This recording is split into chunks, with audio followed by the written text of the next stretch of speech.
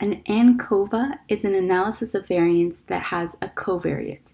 A covariate is a variable that probably or likely has an effect on your dependent variable, but that you're not interested in it.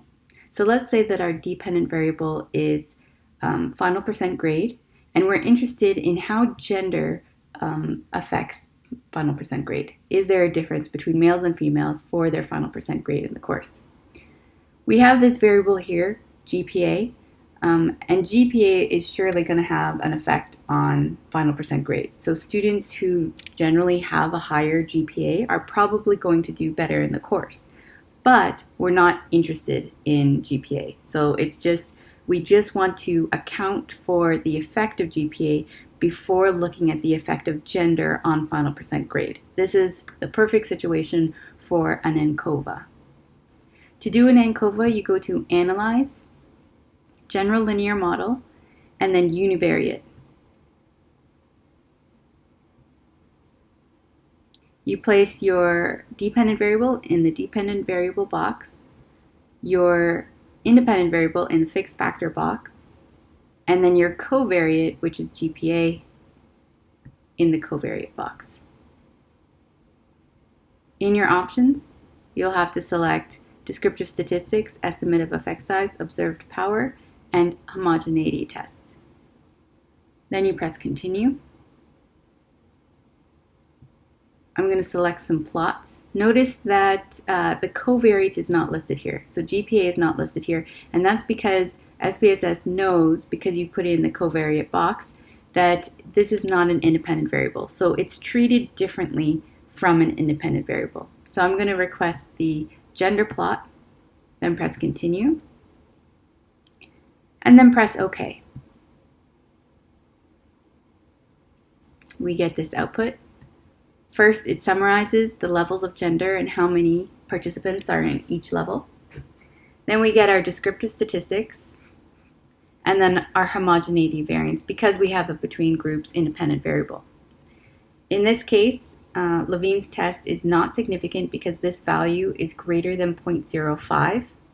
Because this is not significant, we fail to reject the null, which means that we can assume equal variances. This means that if we had to do a post hoc test, we wouldn't need to adjust for a violation of homogeneity variance. So generally, people would use something like Tukey. After this, we get the test of between subjects effect, which is our Ancova source table. And here we have the effect of GPA and the effect of gender. We do not have an interaction between the two because GPA is not an independent variable. It's treated separately. So we just have the effect of the covariate and the effect of our independent variable. The interpretation of this is slightly different from a normal independent variable. So this one, it's less than 0.05, so it is significant.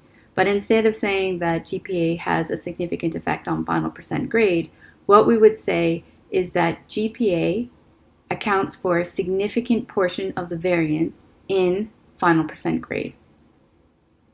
So essentially, this means that GPA is a good covariate. We expected that it would account for some variance in the dependent variable, but we're not really interested in it. So the relationship between GPA and the outcome of a course, final percent grade, is not that interesting to us. So that is why we used it as a covariate. If it was not significant, it would mean that the covariate GPA did not account for a significant portion of the variance in final percent grade, which means that it's not a very good covariate, because if it's not accounting for a significant portion of the variance, then there's really no reason to include it in the analysis.